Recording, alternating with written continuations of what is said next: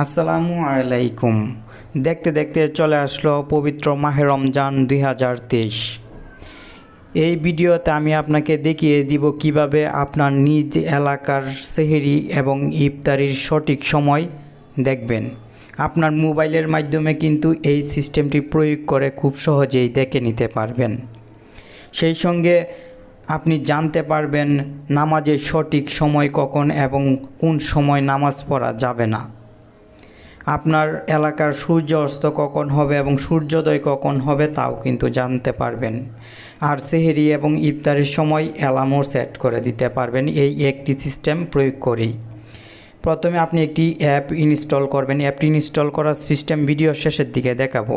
প্রথমে যখন অ্যাপটি ওপেন করবেন, অ্যাপটির হোম পেজের উপরের দিকে আপনি বাংলাদেশ লেখা দেখতে পাবেন। আপনি যদি বাংলাদেশে থাকেন তাহলে এই দেশটি সিলেক্ট করে রাখবেন, আর অন্য দেশে থাকলে বাংলাদেশে ক্লিক করে অবশ্যই আপনি যে দেশে থাকেন সেই দেশটি সিলেক্ট করে দিবেন। লোকেশান সেট করার পদ্ধতি সিলেক্ট করুন। এই সেটিংসে দুইটি অপশন দেখতে পাবেন।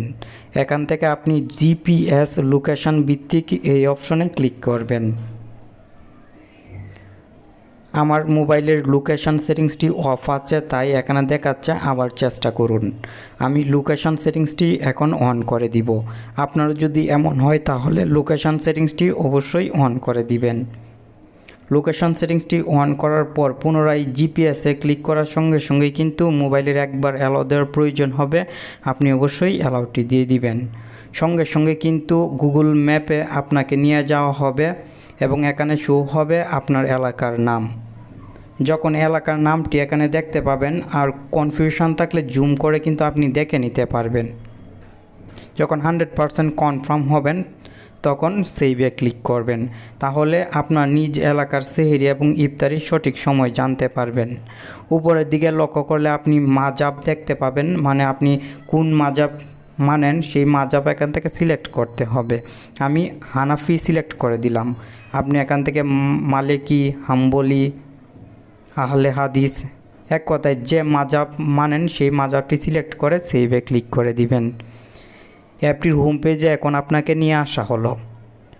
নিচের দিকে প্রথমে আমি চলে যাচ্ছি। এখানে যদি আপনি লক্ষ্য করেন তাহলে আজকের সেহরির শেষ সময় দেখতে পাবেন। এই যে দেখতে পাচ্ছেন আমার এলাকার সেহরির শেষ সময় এবং ইফতারির শুরুর সময়টি কিন্তু এখানে শো হচ্ছে।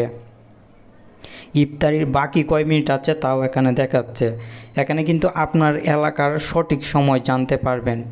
আপনার এলাকার সালাতের নিষিদ্ধ সময় এখানে দেখতে পারবেন, সেই সঙ্গে নফল সালাতের ওয়াক্ত এখানে দেখতে পাবেন।